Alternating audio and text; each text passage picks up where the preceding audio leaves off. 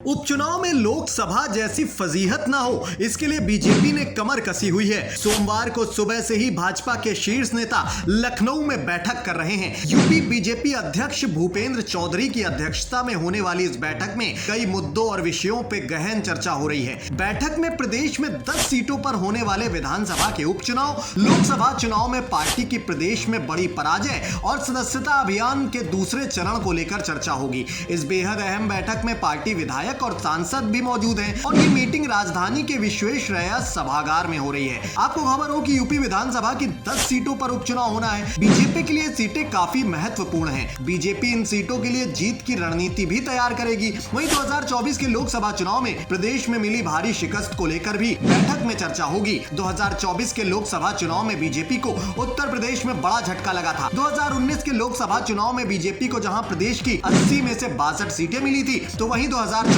के लोकसभा चुनाव में ये घटकर 33 रह गई। यही नहीं, बीजेपी का वोट शेयर भी इस बार 8.50% तक घट गया है। ये बीजेपी के लिए बड़ा झटका है, वो भी उनके गढ़ माने जाने वाले प्रदेश से मिला है। अब बीजेपी लगातार लोकसभा चुनाव के नतीजे को लेकर मंथन कर रही है। लखनऊ में जारी इस मीटिंग में भी इस पर विस्तार से चिंतन और मंथन हो रहा है। हमारे लखनऊ के सूत्रों से जो हमें इनपुट मिला है, उसके मुताबिक इस बैठक में विधानसभा की 10 सीटों पर होने वाले उपचुनाव और 2027 के उत्तर प्रदेश विधानसभा चुनाव की तैयारी पर विस्तार से चर्चा होगी। आपको यहाँ ये भी बता दें कि उत्तर प्रदेश की जिन 10 विधानसभा सीटों पर उपचुनाव होने वाले हैं, उनमें 5 सीटें समाजवादी पार्टी और 3 पर बीजेपी का कब्जा था। इस बार बीजेपी की कोशिश है कि अपनी 3 के साथ सपा के कब्जे वाली 5 सीटों पर भी उपचुनाव में कमल खिलाया जाए। खैर दोस्तों, आपको क्या लगता है, यूपी में जो बाई इलेक्शंस हैं, उनमें बीजेपी इस बार कुछ कमाल कर पाएगी या सपा को ही लोकसभा चुनावों की तरह बढ़त मिल पाएगी? अपनी कीमती राय कमेंट बॉक्स में जरूर बताएं। साथ ही देश दुनिया की तमाम सियासी खबरों से खुद को अवेयर रखने के लिए हमारे अलग अलग डिजिटल प्लेटफॉर्म से आप यूं ही जुड़े रहें। सरकार मुख्यमंत्री युवा उद्यमी के रूप में एक नई स्कीम लाने जा रही है।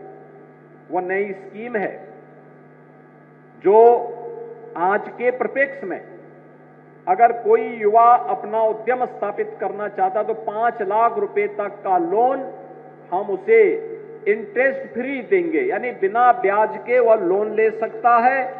पहले चरण में 5 लाख तक, दूसरे चरण में 10 लाख तक के लोन को हम उसको ब्याज मुक्त लोन उपलब्ध करवाने में मदद करेंगे।